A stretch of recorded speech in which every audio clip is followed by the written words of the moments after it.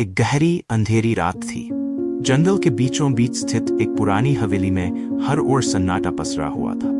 हवेली के बारे में कहा जाता था कि वहां कई साल पहले एक भीषण हत्या हुई थी और तब से वहां कोई नहीं गया था। उस रात 3 दोस्तों रोहित, सुमन और राहुल ने उस हवेली में जाने का साहस किया।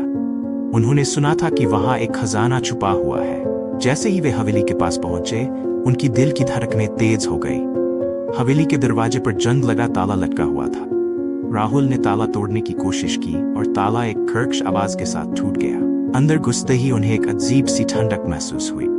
हर कोने से पुरानी दीवारों की सरसराहट सुनाई दे रही थी। सुमन ने अपनी टॉर्च निकाली और चारों ओर रोशनी डाली।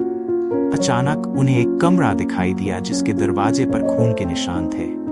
तीनों ने एक दूसरे को देखा और धीरे धीरे उस कमरे की ओर बढ़े। जैसे ही उन्होंने दरवाजा खोला, एक जोरदार आवाज हुई और दरवाजा बंद हो गया। अब वे कमरे के अंदर फंस चुके थे। कमरे में एक पुरानी लकड़ी की अलमारी थी। राहुल ने अलमारी खोलने की कोशिश की, लेकिन तभी एक भयानक चीख सुनाई दी। सभी डर के मारे वहीं खड़े हो गए। अचानक अलमारी खुद ब खुद खुल गई और उसमें से एक पुराना धूल भरा डायर गिरा। रोहित ने डायर उठाया और पढ़ना शुरू किया।